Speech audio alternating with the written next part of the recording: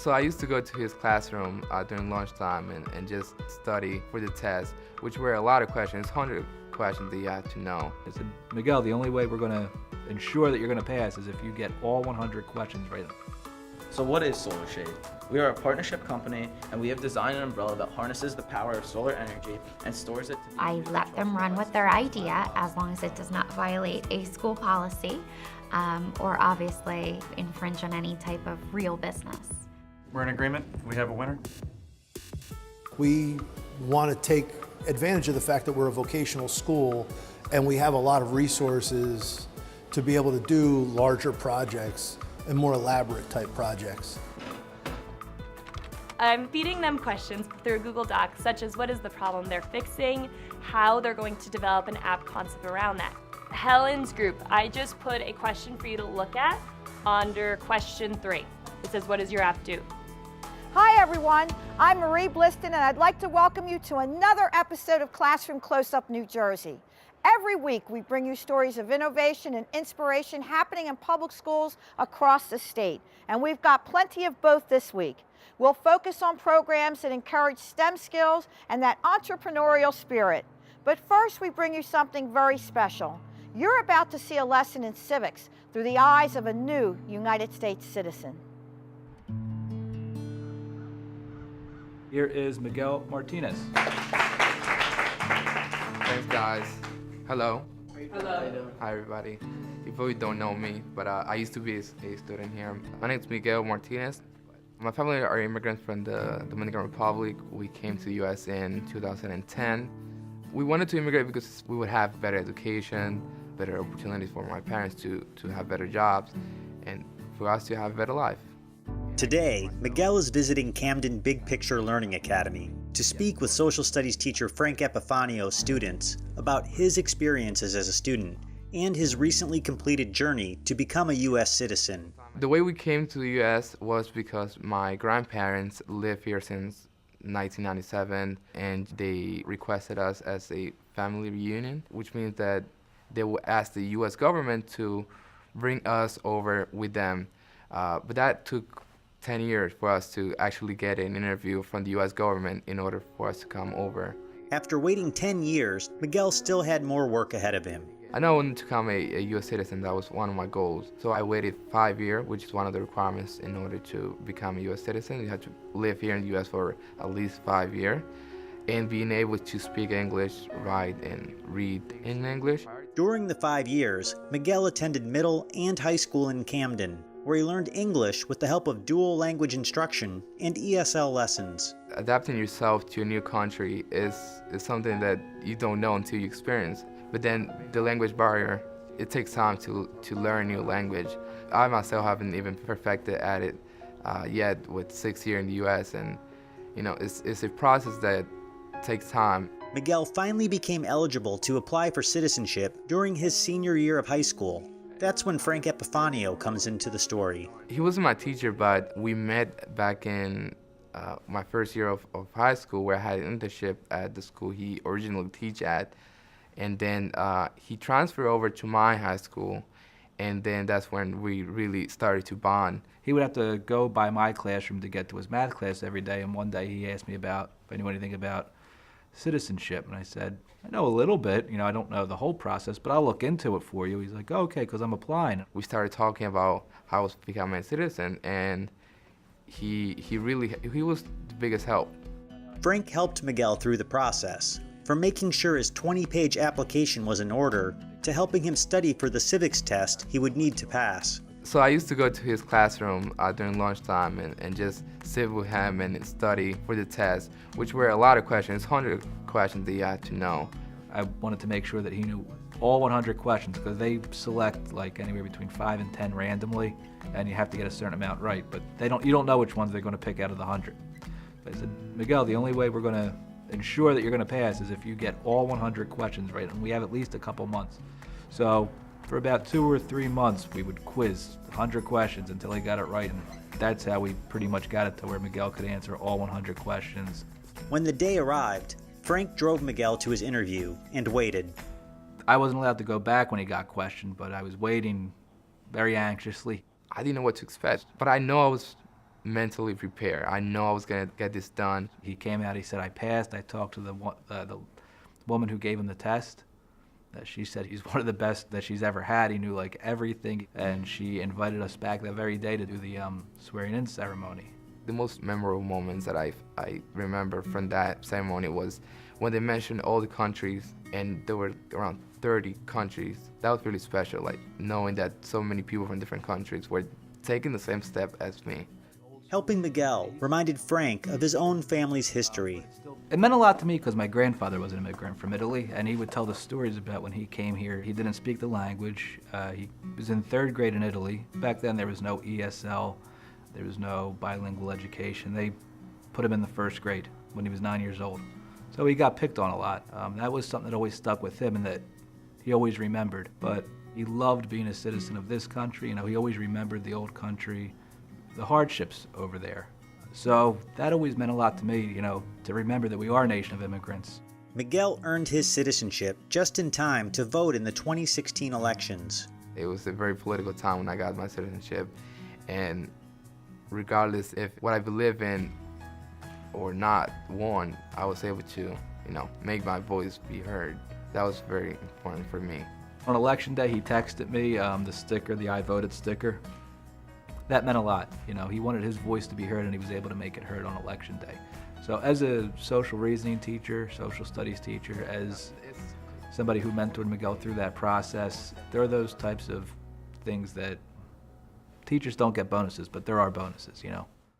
Now a U.S. citizen, a student at Rowan University, and a freelance photographer, Miguel hopes to remind Frank's current students of the many opportunities and support systems they have in front of them. There are really a lot of resources and people who cares about your education and your success.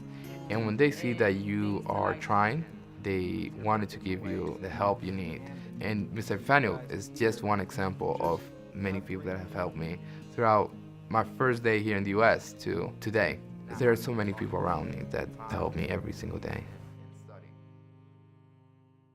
Citizenship in our representative democracy means both benefits and responsibilities. Responsibilities like voting and serving on juries. Benefits include protection of our rights and the freedom to pursue opportunity.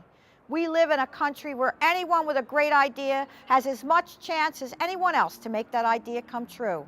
It helps if you know how to pitch it to the sharks. While you're getting situated, I just want to run through the procedure one more time. This event is a part of the Entrepreneurship class here at Hunterdon Central. You have to present for at least 5 minutes, no more than 7. Samantha Billig is using a new approach in her entrepreneurship class, thanks to the TV show Shark Tank. If you're unfamiliar with the show, sharks are successful business people, and contestants pitch ideas for their businesses, hoping to get funding. So once you're done presenting your portion, I am going to turn the questions over to the sharks. The sharks for this episode are teachers and administrators from the high school. As the show became more and more popular, the students would come in, and when I realized how much they were learning from watching this, I thought, let's put them in that role and pretending like they were on the show.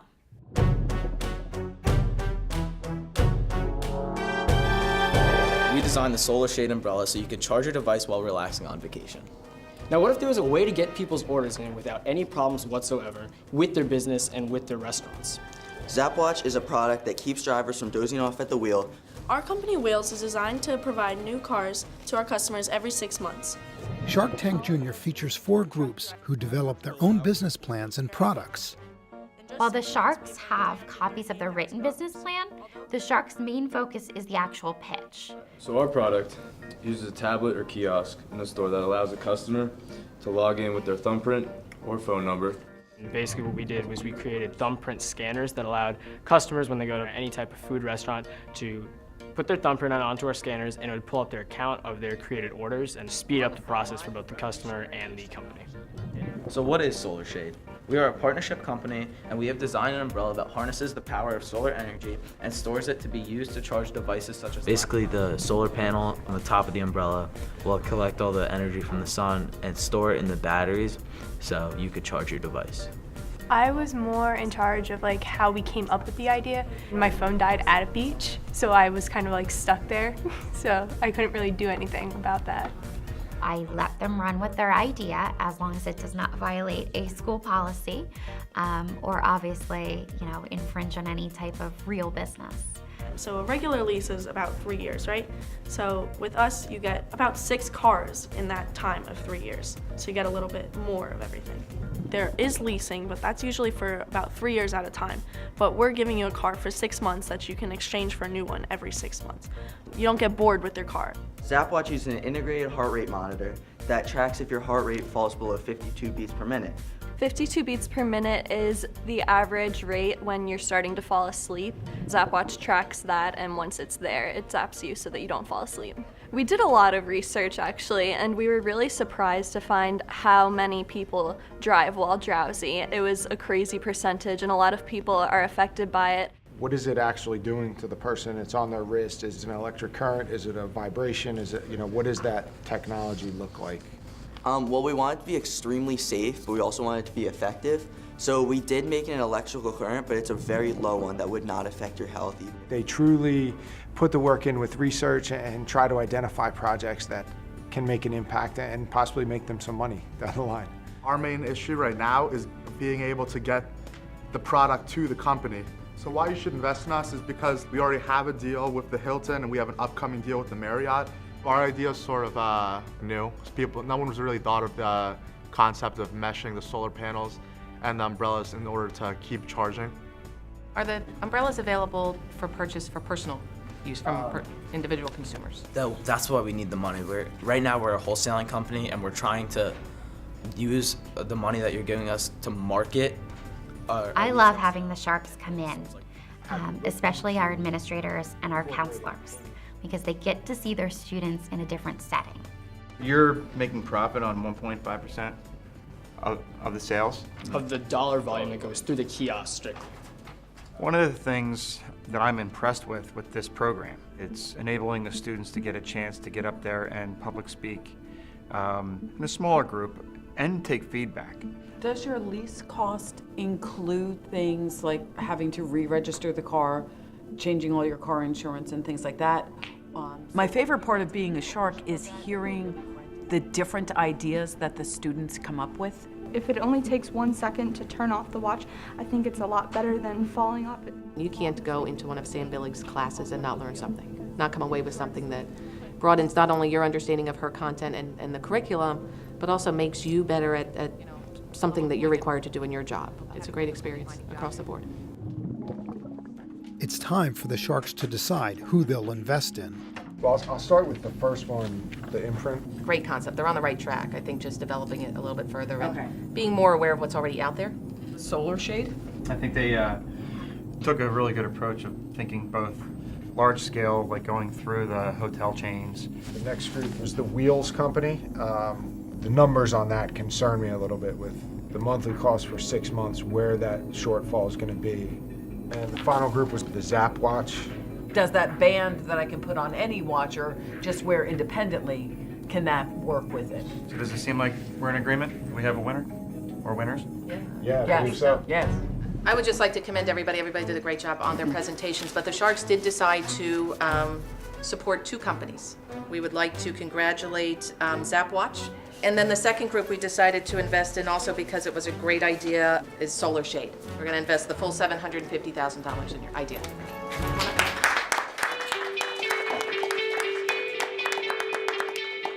I thought this whole experience gave us the opportunity to see how much work went into starting a business. And it sort of gives you like a concept of the reality of entrepreneurship. I think it was a really fun process to go through. Although the money is not real, the experience each student receives is priceless. It's so nice to see your kids starting the project themselves, generating the idea themselves, doing a lot of the research themselves, really watching the project come full circle. Shark Tank Jr. is the best day in the teacher world.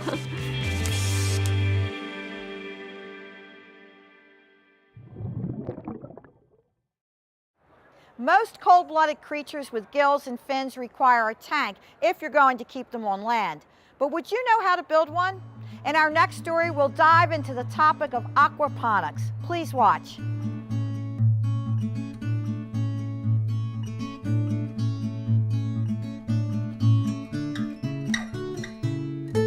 Upon entering the Middlesex Vocational School, there stands an oversized fish tank.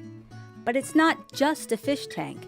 It's a sustainable aquaponics system that was designed and developed by students from various classes and funded by a grant from NJEA. We got a grant from NJEA and from Sustainable New Jersey for Schools. They collaborated on a sustainability grant project that they were doing. So we kind of put our heads together because we wanted to do something with sustainability, and we came up with the idea for the aquaponics. So what happens is the fish water comes from here, goes through a filtration system, and it gets pumped out into the back, up into these top trays. The aquaponics system works based on the feed going into your fish and how large your fish stock is. Basically generates nutrients for your plant growth. It's a fully cyclic system.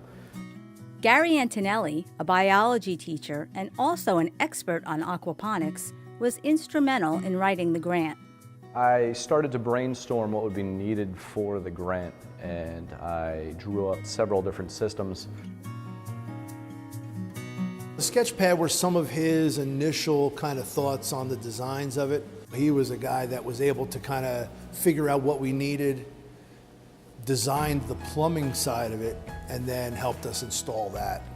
I met with the CAD teacher, and we came to a design that we were happy with. The CAD students then proceeded to CAD out the blueprints.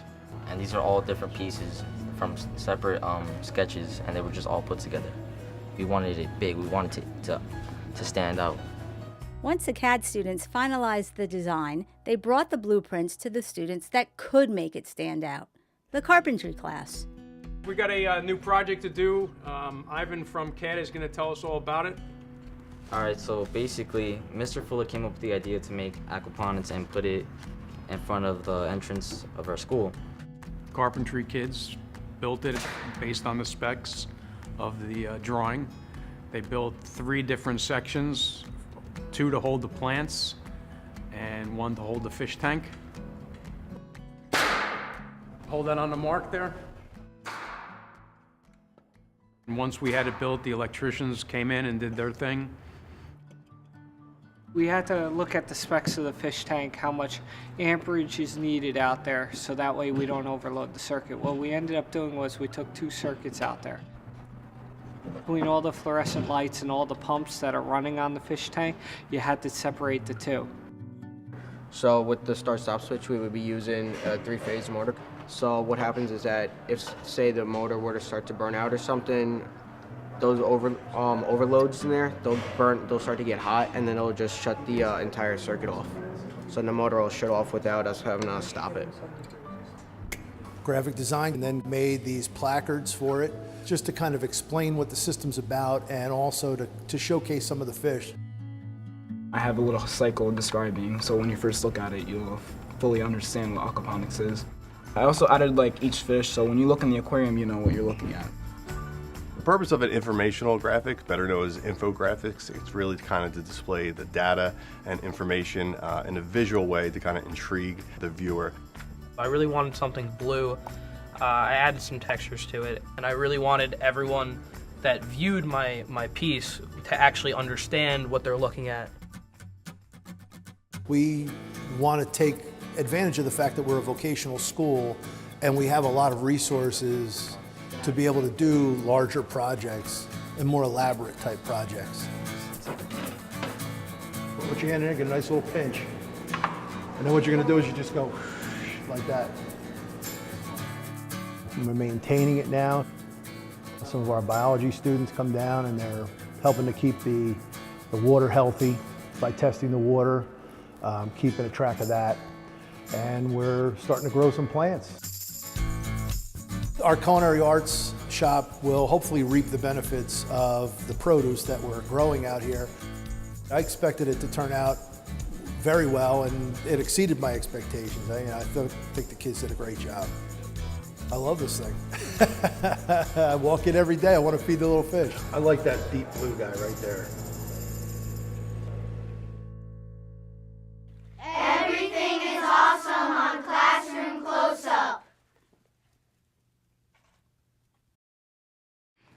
Hello, ladies and gentlemen. We are a group of 7th graders from Franklin Borough School, and we're here to change lives.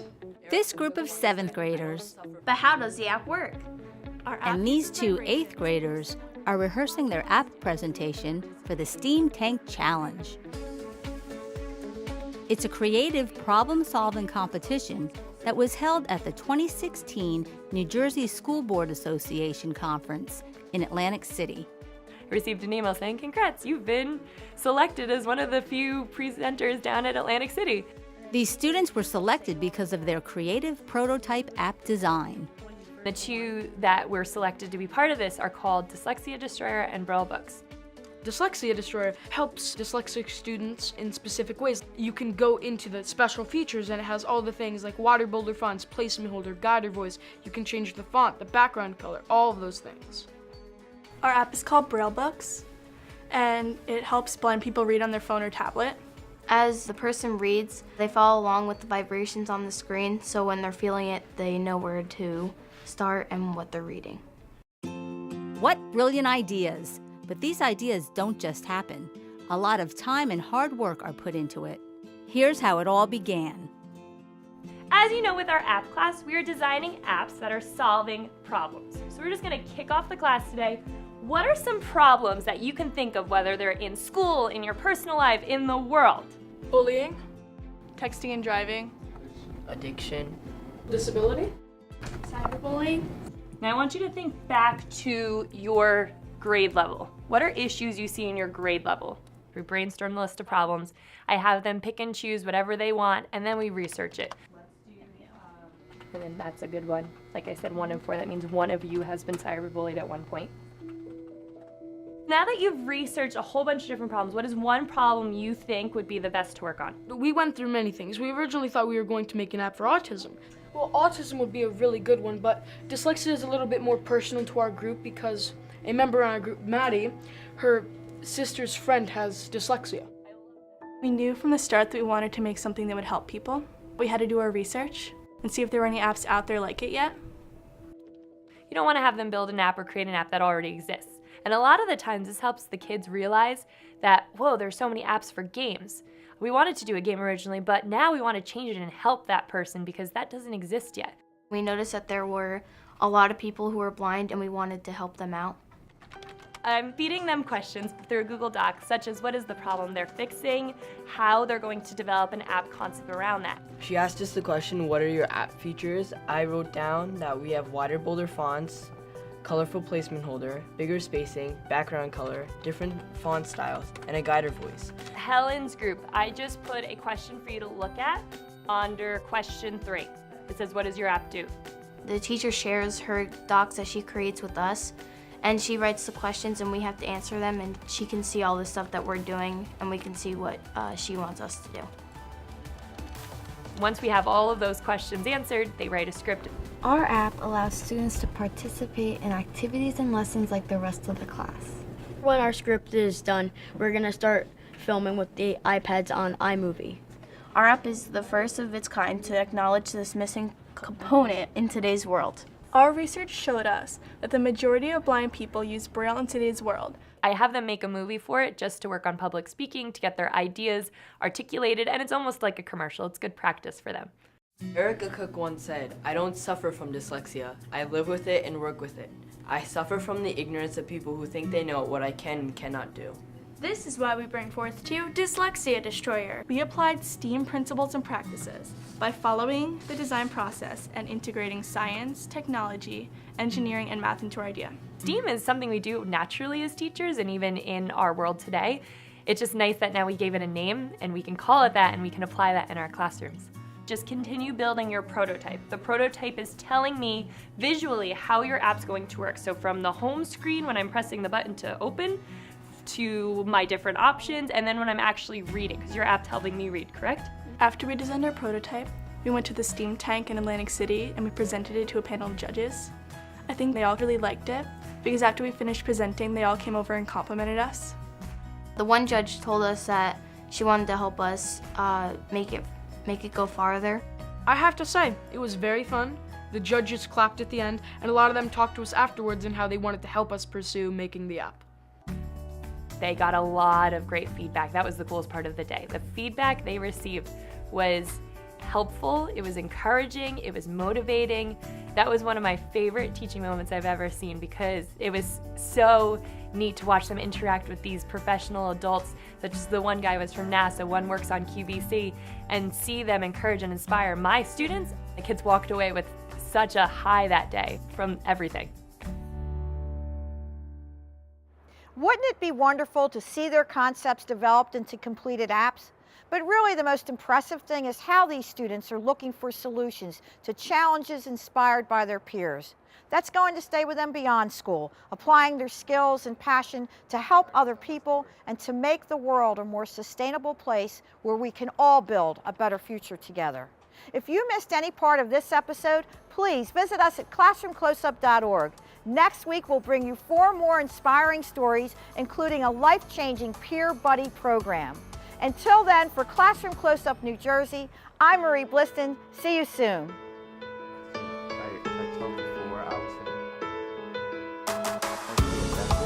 So we did great concept. They're on the right track.